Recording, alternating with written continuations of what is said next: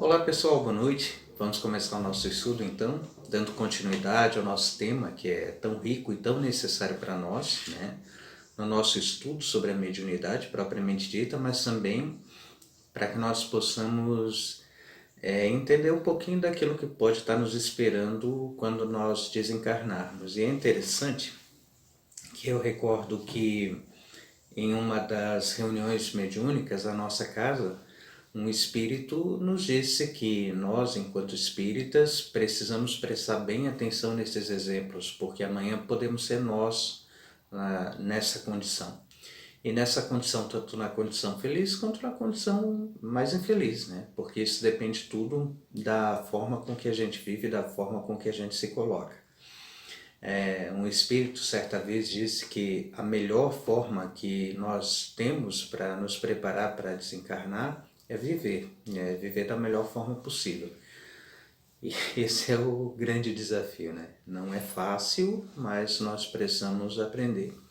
Eu lembro que na semana passada, quando a Jamile falava para a gente sobre os espíritos errantes, ela já trouxe para a gente um apanhado bastante bom sobre o que a gente vai ver hoje, né? O nosso objetivo é falar um pouquinho sobre a vida no plano espiritual e as condições de vida no plano espiritual hoje, né? E na semana que vem a Dai dá continuidade para a gente sobre esse tema. Antes de começar, eu queria recordar uma passagem muito interessante de André Luiz quando trouxe a psicografia do livro Libertação. O livro foi psicografado e antes de ser impresso, antes de ir para a editora, Chico Xavier apresentou aqueles manuscritos, apresentou o esboço, apresentou aquilo que ele havia recebido de André Luiz a alguns companheiros espíritas. E esses companheiros espíritas não receberam muito bem a notícia daquilo que era trazido no livro Libertação. E se colocaram mesmo a duvidar de algumas questões. Não só do livro Libertação, mas quando o livro Nosso Lar acabou chegando, muitos foram aqueles espíritas que acabaram dizendo que aquilo era um pouco exagerado, que aquilo era um pouco de invenção.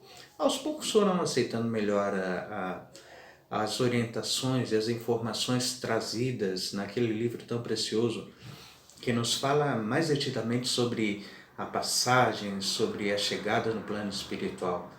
E aí vieram os outros livros da coleção No Mundo Espiritual de André Luiz. E quando chegou em Libertação, que André Luiz traz notícias sobre as regiões de sofrimento no plano espiritual, alguns espíritas ficaram bastante assustados e se colocaram na posição de não aceitar aquelas informações que eles encontraram.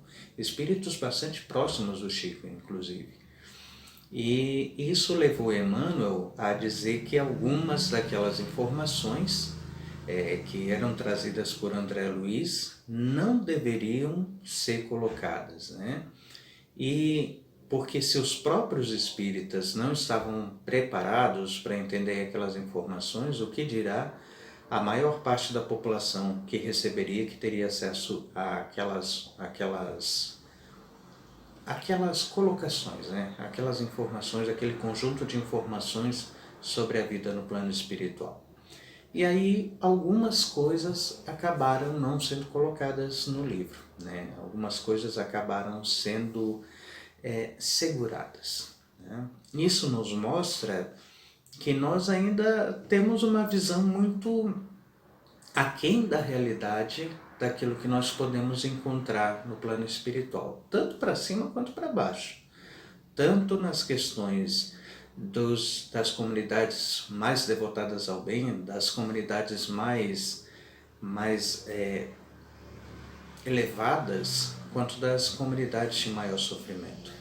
Nas primeiras, nas mais elevadas, nós ainda não alcançamos, não temos a condição de alcançar a compreensão daquilo que vem a ser verdadeiramente a felicidade dos espíritos, né? Nós ainda não conseguimos compartilhar isso. E nas comunidades mais abaixo, talvez os quadros sejam um pouco mais doloridos do que aquilo que a gente pode imaginar. Mas, partindo então do nosso estudo, nós vamos seguir aqui um roteiro que nós preparamos, que é um roteiro que vai falar para a gente sobre alguns pontos de como e por que nós nos colocamos onde nos colocamos. E é interessante nós lembrarmos de que a morte não transforma ninguém. Né? A morte nos mostra exatamente aquilo que nós somos. Né? Alguém disse certa vez, com muita propriedade, ao Teixeira, em uma das suas palestras, de que nós vivemos procurando representar aquilo que nós não somos. E a morte acaba revelando aquilo que nós somos. Porque a morte nos mostra aquilo que nós temos de mais verdadeiro e que por vezes nós ocultamos tanto dos outros quanto de nós mesmos. Mas a condição do desencarne não oferece enganos. A condição de desencarnar nos coloca a nu, nos coloca exatamente como nós somos. E é importante que nós comecemos a perceber, como nós dissemos, que para nós entendermos qual será a nossa sorte no plano espiritual, é importante nós compreendermos aquilo que nós estamos carregando dentro de nós mesmos. E aí nós vamos novamente para a questão que nós tocamos tantas vezes nos nossos estudos do Livro dos Espíritos, questão 919, quando fala sobre o melhor caminho, a melhor forma que o espírito tem de atingir a perfeição. E Santo Agostinho traz a informação de que o melhor método é o método de conhecimento de nós mesmos, a análise de nós mesmos. E isso pode às vezes nos deixar um pouquinho infelicitados, porque nós não nos reconhecemos tão bons, nós nos reconhecemos ainda muito frágeis, muito perdidos às vezes na nossa própria vivência, muito perdidos nos nossos caminhos. Mas se nós olharmos bem, quando nós começamos a prestar atenção em nós mesmos, naquilo que nós somos, na forma com que nós agimos, esse é o melhor campo que nós temos para estar trabalhando a nossa condição de aceitação dos nossos potenciais, a aceitação também dos nossos vícios e a forma de transformar isso. E isso nos garante uma condição melhor de passagem ao plano espiritual. A doutrina espírita, entrando então aqui no nosso roteiro, vai nos colocar que depois da desencarnação, o espírito passa a viver associado às mentes que lhe são afins, numa dimensão que a gente conhece como sendo o plano espiritual, que é um mundo normal, primitivo, eterno, preexistente e sobrevivente a tudo aquilo que Kardec coloca e analisa dos espíritos lá no Livro dos Espíritos. E o que é importante é que o mundo espiritual e o mundo físico, embora sejam de naturezas diferentes, um é material, o outro a gente não pode dizer que seja imaterial, mas é incorpóreo, como diz a espiritualidade, embora de naturezas diferentes, um acaba agindo e influenciando ao outro, influindo sobre o outro, trazendo influência sobre o outro e sobre aqueles que ali vivem, Tanto que a doutrina espírita é essa ciência que estuda essa relação do mundo invisível com o mundo corpóreo e as consequências que decorrem dessas relações. Então, a espiritualidade vai colocar que os espíritos estão por toda parte, que eles estão sem cessar ao nosso lado, que nos observam e sem que nós o saibamos, já que os espíritos são uma das forças da natureza, e os espíritos são instrumentos de Deus que se servem para a execução dos seus desígnios providenciais. Nem todos, porém, vão a toda parte, pois a região interditas aos menos adiantados. Isso é importante porque quando nós desencarnamos, Talvez a ideia de que nós nos tornamos livres do nosso corpo pode nos dar a ideia de que nós podemos ir aonde queremos, como queremos e quando queremos, da forma com que nós queremos. E não é assim. Nós não podemos esquecer de que existem leis que nos permitem e que nos impedem desses acessos, né? Então, é importante nós sabermos que nós estamos subordinados a um conjunto de leis e que nós só conseguimos acessar determinados lugares quando nós oferecemos condição para acessarmos esses determinados lugares. Os espíritos superiores, eles vão a todas as partes e não existem barreiras, não existem limites para os verdadeiramente puros, para os verdadeiramente superiores. Quanto mais inferior o espírito, mais limites, mais obstáculos ele encontra a sua liberdade. Os espíritos inferiores ainda, então, em uma ordem muito maior, né? O Arthur Conan Doyle, o criador de Sherlock Holmes, que era espírita também, né, coloca no livro A História do Espiritismo, falando sobre a história de Emanuel Swedenborg, que o outro mundo, para onde nós vamos após a morte, consiste de várias esferas representando tantos outros graus de luminosidade e de felicidade.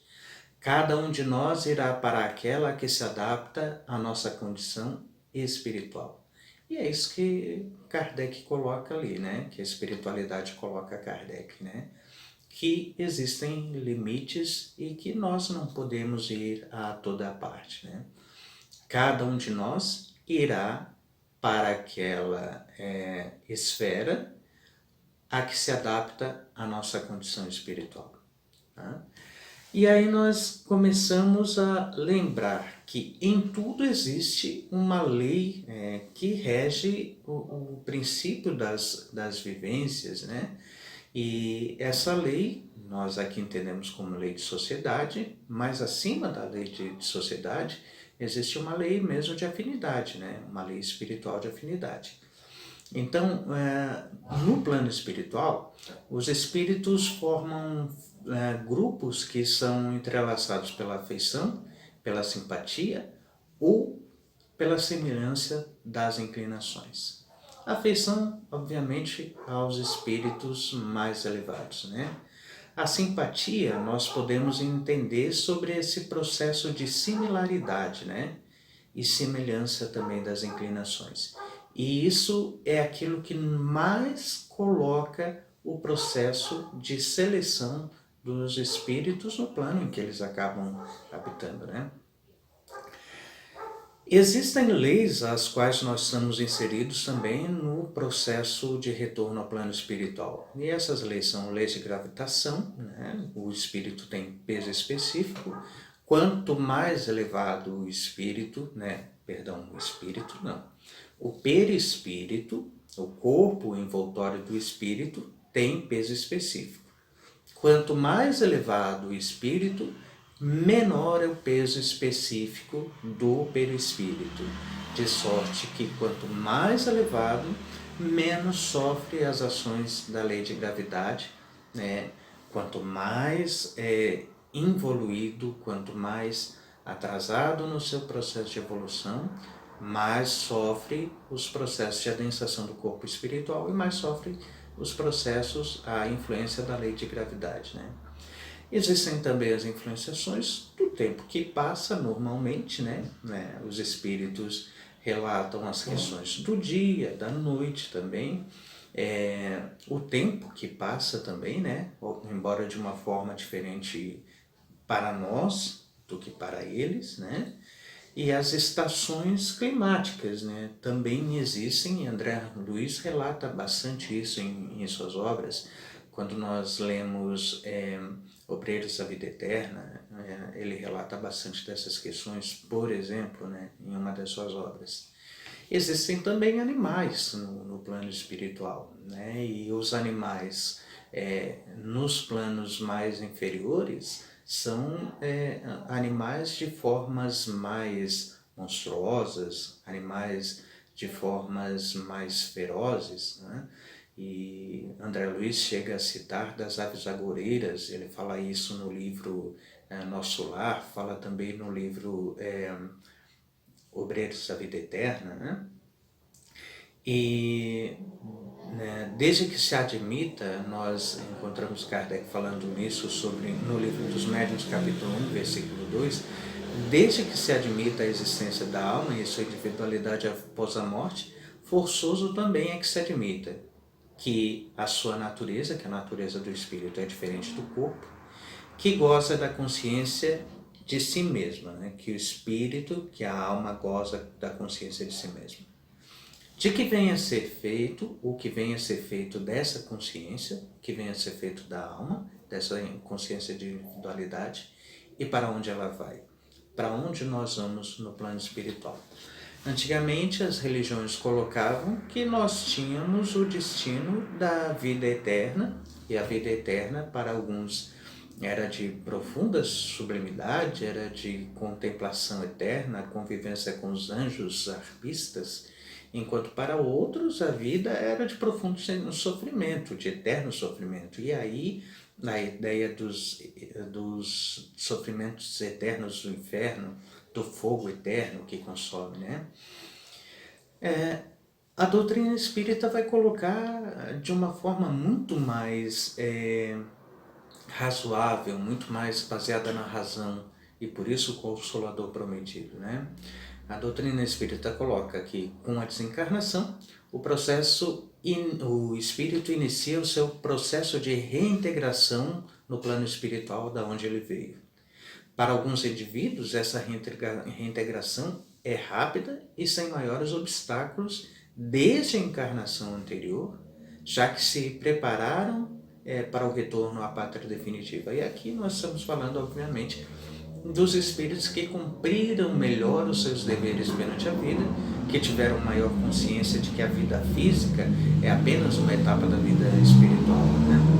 Contudo, para os espíritos que se revelam prisioneiros da vida material e que não se esforçaram para desenvolver faculdades morais ou virtudes, os processos de adaptação se revelam desafiantes, quando não dolorosos. De qualquer forma, a adaptação no plano espiritual é assinalada por importante processo educativo, mesmo para os espíritos que apresentam melhores condições evolutivas. Existem condicionamentos, hábitos, características ocultas que marcam a vivência no plano físico e também a forma com que ocorreu a desencarnação. E isso tudo exerce um poderoso efeito na mente e nos atos do desencarnado. Daí a necessidade urgente de se preparar para a morte do corpo físico que, cedo ou tarde, chegará, né? E nós temos visto aqui, quando fala principalmente sobre o fato de que mesmo a desencarnação, o processo de desencarnação exerce um poderoso efeito na mente e nos atos do desencarnado, nós entendemos que, por vezes, o espírito fica preso no momento exato da sua morte, né? Repetindo por tempo indeterminado o processo de morte, né? O quadro, o exato momento em que veio a desencarnar. Assim como também os condicionamentos, né? As condições dos vícios ou das virtudes, né? Os hábitos, as características, né? A forma com que se viveu no plano físico acaba exercendo essa influência sobre a mente, né? E determinando alguns atos no plano espiritual. As comunidades do plano extrafísico se unem por uma espécie de afinidade, formam grupos ou famílias, né? Como nós já dissemos, unidos pelos fins que visam, né? Os bons se unem pelo desejo de fazer o bem, né? E lá no Livro dos Espíritos, a espiritualidade responde a Kardec que a felicidade dos espíritos superiores consiste em não mais sofrerem as necessidades da matéria, mas, acima de tudo, são felizes no bem que podem proporcionar e por isso trabalham para executar apenas o bem. E os fins que unem os espíritos infelizes, né? Os maus se unem pelo prazer de fazerem o mal, pelo desejo do mal, né? Os bons se unem pelo desejo de fazerem o bem, os maus pelo desejo de fazerem o mal. As hierarquias, existem hierarquias de poder entre os espíritos. E essas hierarquias vão desde questão de subordinação e autoridade, que pode se demonstrar através de ascendência moral, né? Que nos espíritos é natural e benéfica, entre os espíritos superiores, né? Se coloca na questão da moralidade, da superioridade, da bondade, da amorosidade. Eis aí a verdadeira ascendência moral dos espíritos superiores que exercem uns sobre outros, né? E em um outro determinado grupo, né, a ascendência pela força e o poder e pela inteligência entre os espíritos inferiores. Esses se impõem pela força, pelo medo, pela inteligência com que conseguem subordinar a outros espíritos, né? Escravizar, que conseguem submetê-los às suas vontades através de ameaças e uma série de questões que nós conhecemos bastante bem da nossa vida física aqui também, né? O mundo espiritual acaba comportando vários níveis que são, ou regiões espirituais que são caracterizados como regiões de sombra e dor, que a espiritualidade nos fala sobre as regiões de trevas, né? A região de umbral e a região do abismo, né? E em outro plano, no plano mais elevado, as regiões de ventura e alegria, que são as zonas de transição, né? Por exemplo, cidade espiritual do nosso lar, esferas superiores e esferas resplandecentes. E existem cidades espirituais, todos nós já temos essas informações, e nessas cidades espirituais há residências, há templos religiosos, recintos para encontros sociais, nos pontos mais devotados ao bem existem escolas, existem hospitais, existem parques, existem jardins, escolas também no plano mais inferior, porque nós conhecemos o livro Ação e Reação, na informação trazida por dois obsessores de que frequentaram durante bastante tempo o que eles chamam de a Escola dos Vingadores, onde aprendiam técnicas de obsessão. Nas regiões espirituais voltadas ao mal, existe predomínio das paixões e das ações negativas, ociosidade marcante, uso da palavra articulada, né?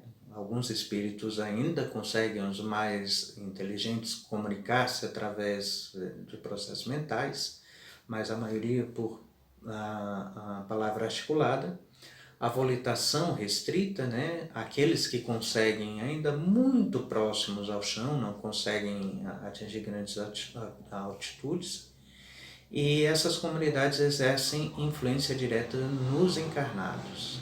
Aí um ponto que é interessante, porque quando nós falamos sobre a existência do plano espiritual, nós achamos que essa convivência se dê tão somente entre desencarnados, mas a lei das sintonias se coloca entre espíritos, entre aqueles que respiram dos mesmos ideais, das mesmas qualidades, das mesmas virtudes, ou dos mesmos vícios e dos mesmos defeitos. Né? Daí, Kardec colocar também no livro dos Médiuns, que nasce, e também no livro o Evangelho segundo o Espiritismo, a sorte de todos os processos de obsessão na Terra, né? Porque nós ainda somos espíritos muito atrasados que respiramos no mesmo diapasão, nos mesmos processos de viciação dos espíritos infelizes, né? Dos espíritos voltados ao mal. A questão da característica física, geográfica desses lugares de sofrimento, né? A natureza não oferece beleza. As cidades espirituais possuem edificações bizarras, de extremo mau gosto. O relevo é árido, é áspero, não tem paisagens verdes, sem paisagens tranquilas. E o trânsito, o acesso a regiões mais elevadas está temporariamente interditado pelas leis de afinidade, pelas leis próprias de sintonia. Cada um respira, vive no ambiente em que sintoniza, né? Quando nós falamos sobre as comunidades espirituais, sobre essas cidades mais voltadas ao mal, nós entendemos também importante falar do linguajar e dos costumes, né? Dessas sociedades e dos espíritos que vivem nessas sociedades, nessas cidades. São cidades em que impera a sexualidade, impera todo tipo de viciação, de drogadição, espíritos mesmos que vêm ao plano espiritual para sugar as energias daqueles que usam da drogadição, do álcool, da sensualidade, da sexualidade, né? As palavras são de baixo calão, não se fala nada que se aproveite como se poderia esperar, né? E muito na questão também das músicas, né? As músicas são músicas realmente muito excêntricas e de péssimo gosto, né? Se nós aqui já conhecemos algumas músicas desse tipo, né? Imaginemos o que toca nesses ambientes, né? Quais são as músicas cantadas, quais são as músicas tocadas, quais são as letras cantadas nesses ambientes. Muito disso, muito do que vem, né, do que sai de lá, acaba chegando aqui e fazendo bastante sucesso, inclusive, né? Essas comunidades são costumeiramente visitadas por espíritos mais elevados, né? Por benfeitores espirituais. Muitos desses benfeitores estão instalados em plenas regiões abismais, em construções genericamente denominadas de núcleos ou postos de auxílio. Então esse é um ponto importante, porque não existe nenhum único lugar no plano espiritual ou no plano físico que esteja desassistido da bondade e do amor de Deus. Os espíritos são os agentes da vontade e do amor de Deus. E mesmo nesses lugares, nos mais de maior sofrimento, existem comunidades de espíritos que ali se colocam abnegadamente a serviço daqueles espíritos que necessitam de orientação, de esclarecimento, de socorro, né? Nós vemos isso, por exemplo, no livro Ação e Reação, nós temos notícia disso no livro Libertação, nós temos notícia disso também no livro Obreiros da Vida Eterna. Nosso Lar fala das caravanas dos espíritos que vão às zonas de purgação, aos umbrais, às zonas de maior sofrimento, em trabalho, e daqueles que permanecem bastante tempo lá em trabalho de resgate, de auxílio, né? Como se caracterizam essas regiões? As trevas, né, a região das trevas, são espíritos extremamente vinculados ao mal, são espíritos que dedicam-se ao mal, são espíritos que se comprazem ao mal, que servem, que buscam servir ao ideal do mal, né? No umbral, segundo o que nos coloca André Luiz, principalmente no livro Nosso Lar, são os espíritos que estão presos às paixões e às sensações da vida material. Então essa é a zona de verdugos e vítimas, de exploradores e de explorados, né?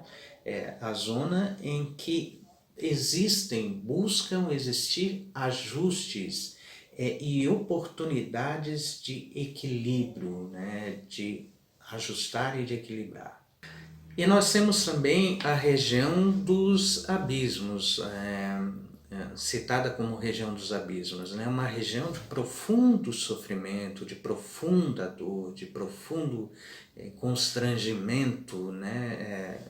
Em que existe, que é habitada, né? Em que existem espíritos que trazem profundas dores da alma. Né? Nessa região, a espiritualidade nos coloca que se vinculam particularmente e em maior generalidade, espíritos que são suicidas. Né? Então, são espíritos em que o sentimento predominante é o sentimento da mágoa e o sentimento de remorso. Então, uma cidade é uma região de profundo e de grande sofrimento mesmo, e que tem, por essa razão, um trabalho muito grande, muito generoso, muito abnegado da espiritualidade devotada ao bem no socorro a esses espíritos. Né? Nós temos informações sobre essas regiões em muitos livros, mas mais detidamente no livro Memórias de um Suicida, em que o espírito Camilo relata dos trabalhos da Legião dos Servos de Maria no socorro a esses espíritos sofredores. Né? Então, nessa região, os espíritos das trevas, né? Os espíritos são vinculados ao mal, né? Geograficamente é uma região sem claridade solar, tempo coberto de fumo cinzento por toda a extensão, vegetação de aspecto sinistro angustiado, árvores com poucas folhas, galhos quase secos, aves agoreiras, né? E a volitação é impossível. Nós encontramos relato dessa região de trevas, né? Agora falando de região de trevas, mais precisamente também, com maiores detalhes, lá no livro Libertação. Sobre a região do abismo, né, as regiões abismais, é uma localidade com pouca luz e que essa luz é constantemente filtrada por uma densa treva, né? Vegetação sinistra, seca, contorcida, árvores com poucas folhagens, né? Ouve-se muitos gemidos, súplicas de choros humanos, e o Espírito Camilo coloca que existem muitas cavernas, muitas furnas, e que dentro desses lugares, essas cavernas, essas furnas, partem verdadeiros grunhidos, que muitas vezes não consegue se distinguir-se de animais ou de espíritos, mas ao prestar-se bastante atenção a analisar, se percebe que são espíritos em profundo estado de sofrimento. Né? Os sentimentos dominantes, então, como nós falamos, são a mágoa e o remorso. E na região do umbral, os habitantes são espíritos vinculados às paixões da vida material. Essa região é semitrevosa, né? Caracterizada por grandes perturbações, e o que coloca Lísias para André Luiz no livro Nosso Lar é que o umbral começa na crosta terrestre e a zona obscura de quantos no mundo não se resolveram atravessar as portas dos deveres sagrados, demorando-se no vale da indecisão ou nos pântanos dos nossos erros numerosos, né? Lá em Nosso Lar. Uma coisa que é importante é que é um erro nós julgarmos que os desencarnados não possuem sensações ou percepções. A gente acha que se livrou do corpo, toda a sensação, toda a percepção acaba por desaparecer e por sumir. Em primeiro porque o perispírito é de natureza semimaterial. Sendo natureza semimaterial, é ainda matéria positivamente, né? E em alguns espíritos, como nós já dissemos, esse perispírito é tão denso que se assemelha mesmo ao corpo somático, né? E em segundo, porque o perispírito possui tecidos e órgãos que existiam no corpo físico. Caso contrário, esse não poderia ser elaborado na reencarnação. E André Luiz coloca que a desencarnação produz algumas modificações que são um pouco mais ou um pouco menos significativas. As mais marcantes estão relacionadas às alterações da massa muscular e no sistema digestivo, mas sem maiores inovações na constituição geral. Então, isso mostra que nós, independendo da condição de densidade do perispírito, da condição de inferioridade do espírito desencarnado, as necessidades permanecem exatamente as mesmas. A necessidade de fome, de sede, as necessidades fisiológicas permanecem exatamente os mesmos, né? E também André Luiz vai colocar o seguinte, que existem círculos espirituais em planos de grande sublimação, nos quais os desencarnados, sustentando consigo mais elevados recursos de natureza inferior, de natureza interior, pela cultura e pela grandiosidade moral, conseguem plasmar com as suas próprias ideias quadros vivos que lhes confirmem a mensagem e o ensinamento, seja em silêncio, com a despesa mínima de suprimento verbal, em livres círculos mentais de arte e beleza. Isso é interessante porque nós vemos isso muito nos quadros em que espíritos dessa natureza acabam se colocando no papel de socorro a espíritos em estado de sofrimento. Muitas vezes eles não citam uma única palavra, mas o simples projetar das suas mentes, a sua amorosidade, cria quadros que são capazes de levar a comoção elevada, é claro, que são capazes, esses estados de emoção, de fazer com que o espírito acabe saindo daquele círculo vicioso de pensamentos e de sentimentos. Mas, continua André Luiz, tanto quanto em muitas inteligências felizes, treinadas na ciência da reflexão, conseguem formar telas aflitivas em círculos mentais fechados e obsessivos, sobre mentes que magneticamente subjugam. Isso vale tanto para encarnados, quanto para espíritos que sofrem processos de obsessão e de escravidão mental, de escravização mental, no plano espiritual. Isso é importante, né? Então, como diz o livro Libertação, o bem ou o mal são uma questão de direcionamento, né? Nós temos o poder de criar tanto um quanto o outro, depende de como nós direcionamos as nossas forças, né? A desarmonia espiritual pode provocar fortes impressões no plano íntimo do desencarnado, produzindo reflexas e somatizações penosas, produzindo ações reflexas e somatizações penosas, né? A ponto de somatizar quer dizer tornar, como que se fosse físico, tornar corpóreo, né? As sensações, as impressões fortes que se dirige, que se coloca aqui, André Luiz.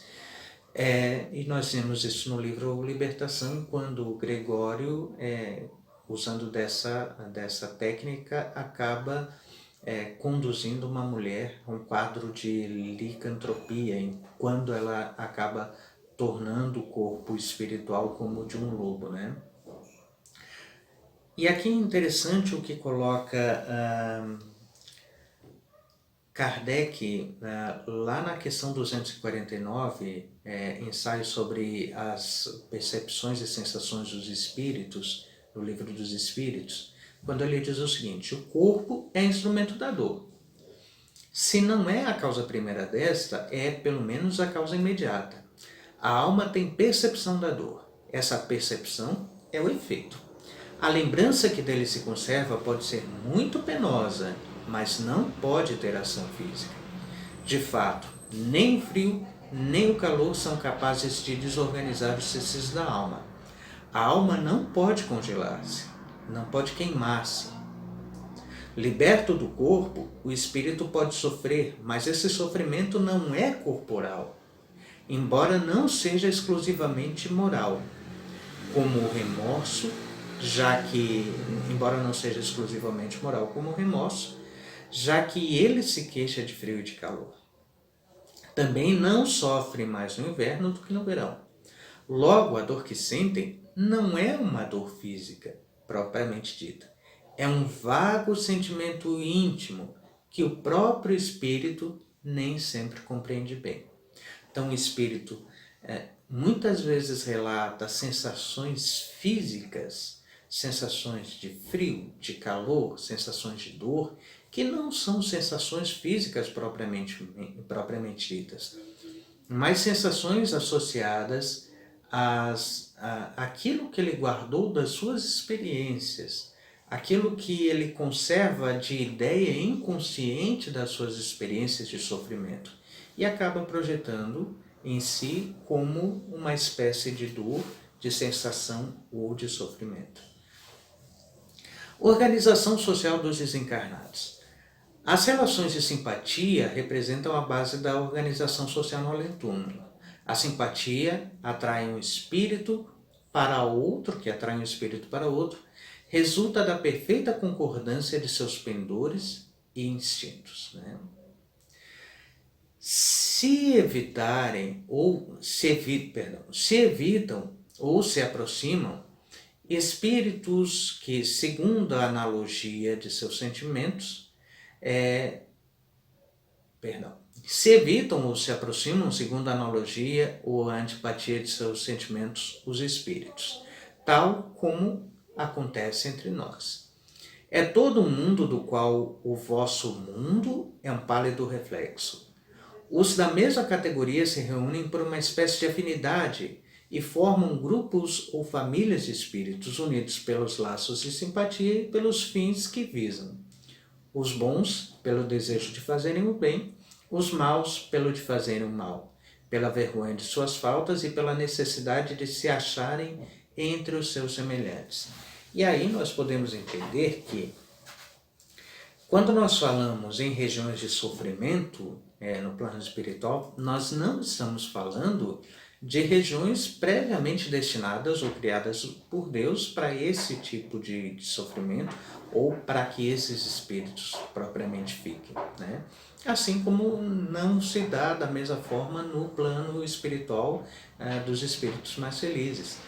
O que acontece é que os próprios espíritos criam um ambiente em que vivem, Pensando, eles plasmam, pensando, eles exteriorizam de si mesmos aquilo que acaba afetando dessa ou daquela forma, de forma positiva ou forma negativa, os ambientes em que eles vêm a habitar, temporariamente.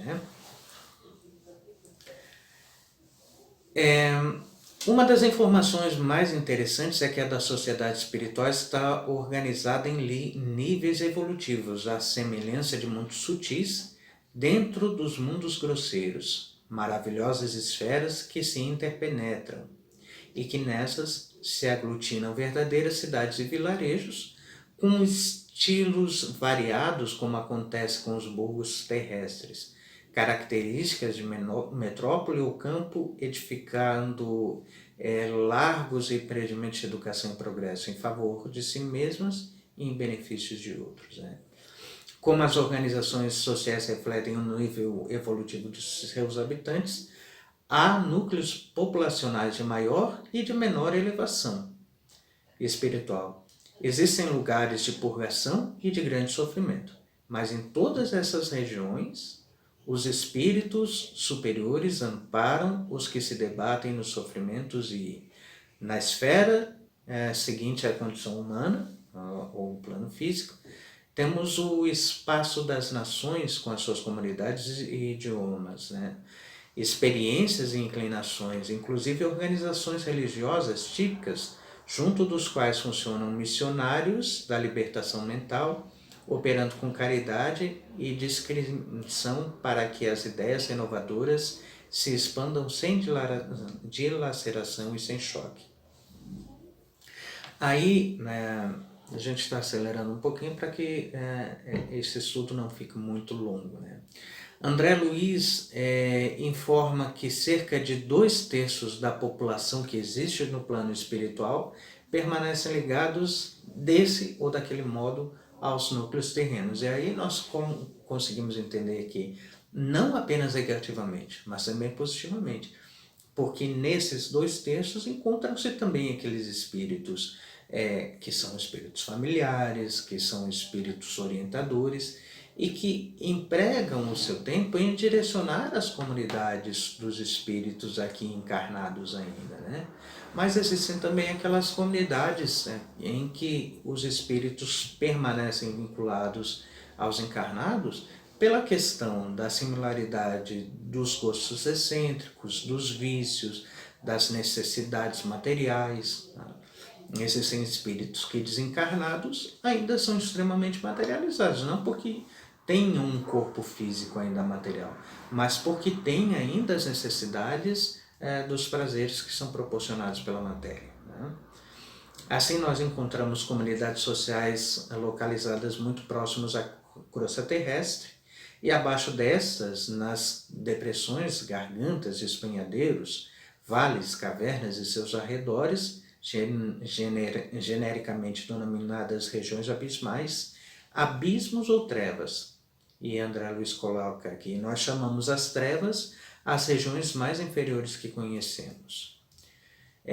São espíritos que, preferindo caminhar às escuras, pela preocupação egoística que os absorve, costumam cair em precipícios, estacionando no fundo do abismo em tempo indeterminado.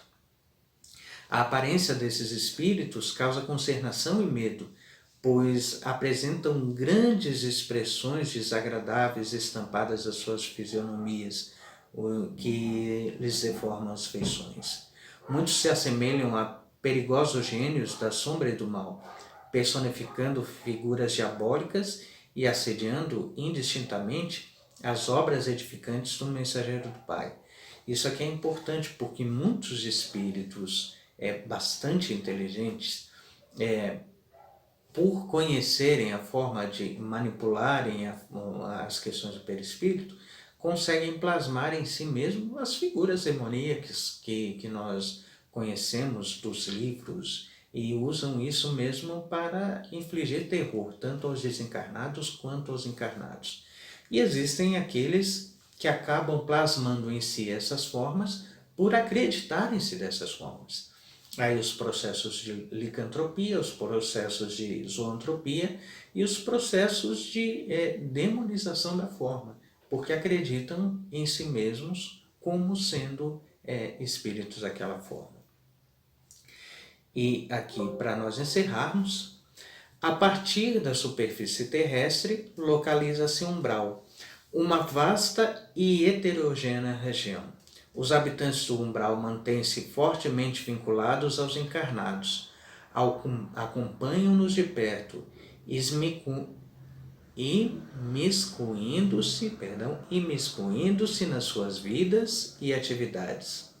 O umbral funciona, portanto, como região destinada ao esgotamento de resíduos mentais, uma espécie de zona purgatorial onde se queima prestações, um material deteriorado das ilusões que a criatura adquiriu por atacado, menosprezando o sublime ensejo de uma existência terrena. Isso está lá em Nosso Lar também, Lísias conversando com André Luiz sobre a natureza do umbral. E o umbral é a região de profundo interesse para quem esteja na Terra. Concentra-se aí tudo o que não tem finalidade para a vida superior. Há regiões compactas de almas irresolutas e ignorantes, que não são suficientemente perversas para serem conduzidas a colônias de reparação mais dolorosa, nem obstantemente nobres para serem enviadas a planos de elevação. Representam fileiras de habitantes no umbral, companheiros imediatos dos homens, separados deles apenas por leis vibracionais. Não é de estranhar, portanto, que semelhantes lugares se caracterizem por grandes perturbações. Lá vivem, agrupando-se, os revoltados de toda espécie. Formam igualmente núcleos invisíveis de notável poder, pela concentração das tendências e desejos gerais. É a zona de verdugos e vítimas, como nós já lemos, de exploradores e explorados. A zona inferior a que nos referimos é a casa onde não há pão. Todos gritam e ninguém tem razão. Também aqui de nosso lar, citando André Luiz, né? As comunidades devotadas ao bem, no entanto, são constituídas de espíritos ligados também entre si por simpatias e que têm e que buscam o ideal simplesmente de servir ao bem. São felizes pelo bem que podem praticar. E nem todas as regiões de comunidades de espíritos devotados ao bem são regiões sublimes, são regiões elevadas, plenas de elevação. São regiões de transitoriedade, em que espíritos que ali se colocam têm as mesmas necessidades que nós, trazem em si ainda uma grande quantidade de erros do passado, mas que adquiriram a consciência de si mesmos e que procuram, nos esforços sobre si mesmos, dominarem as suas más tendências e se transformarem através do bem que possam fazer, do bem que possam construir, né? Na semana que vem, a Dai vai trazer para a gente exemplos dessas comunidades e aí ela coloca um pouquinho melhor para a gente sobre alguns pontos dessas comunidades que eu acho que a gente visualizando esses exemplos de comunidades a gente consegue entender melhor as características dessas comunidades. Mas voltando um pouquinho ali para a nossa apostila, né? Algumas características, né? O trabalho intenso em todos os setores. Esses espíritos têm livre trânsito nas comunidades similares e nas esferas inferiores. Em decorrência do grau de evolução e moral intelectual, alguns trabalhadores são levados periodicamente a visitar regiões elevadas por estados de aprendizado. Isso é importante. Em regiões similares, em regiões devotadas ao bem, com a mesma sintonia, com a mesma similaridade. Não tem acesso livre a esferas muito elevadas. Né? Folitação é aspecto comum, né? Usam outros meios de transporte, como por exemplo o aeróbus, né? Outras máquinas. Né? A comunicação é realizada por via mental e pela palavra articulada, dependendo do grau do espírito. As edificações públicas e particulares primam pelo bom gosto, pela simplicidade e utilidade. Né? A natureza é rica e bela, contendo colorido e luminosidade próprios. Existem rios, lagos, oceanos, cascatas, montanhas, vegetações carregadas de árvores, flores, arbustos, né, muito harmoniosos. Animais que compartilham a companhia dos seres humanos, sendo por eles estimados, havendo que alguns participam de tarefas beneméritas que serão resgate e vigilância. Isso também está bem descrito no livro Ação e Reação, no livro Nosso Lar também, né? E a influência espiritual aos encarnados e desencarnados é indireta, respeitando necessariamente o livre-arbítrio de cada um. Isso é um ponto de muita diferença entre os espíritos voltados ao bem e aqueles que buscam apenas fazer o mal. Os que são voltados ao mal buscam impor-se, impor as suas ideias. Os espíritos elevados jamais impõem a sua forma de pensar. Isso me faz pensar um pouquinho que a gente pode ver dentro dessas características onde é que a gente se encaixa, né? Porque muitas vezes a gente tenta impor as nossas vontades e os nossos pensamentos àqueles que nos cercam, né? Esquecendo que cada um tem a sua liberdade de crescer, de aprender, de descobrir, de transformar. Bom, gente, então esse foi o nosso estudo. Nosso estudo é simples, mas com o objetivo de fazer com que a gente possa estudar e conhecer a realidade daquele plano que nos cerca e o plano com que mediunicamente nós trabalhamos mais diretamente, né? Isso nos coloca muito sobre a natureza dos espíritos que nos vêm visitar. Tanto aqueles que nos auxiliam, quanto aqueles que buscam ser auxiliados, né? E também a importância de nós compreendermos da necessidade de nós pensarmos um pouco sobre onde nós vamos estar amanhã quando nós nos despedirmos desse mundo físico. é sempre uma questão entender quais são as nossas escolhas, quais são os nossos sentimentos, os nossos desejos e quais são as nossas afinidades, né? É tempo da gente começar a trabalhar uma afinidade um pouquinho mais selecionada. Selecionada no sentido do bem, né?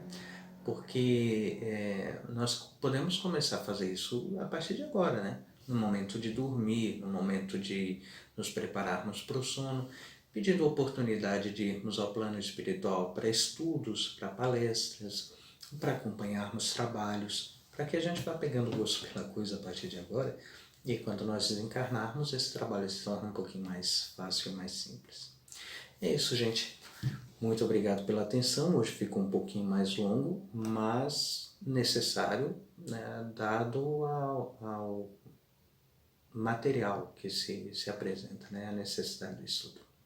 Saudade de todos. Muito obrigado pelas atenções. Fiquem com Deus e até mais.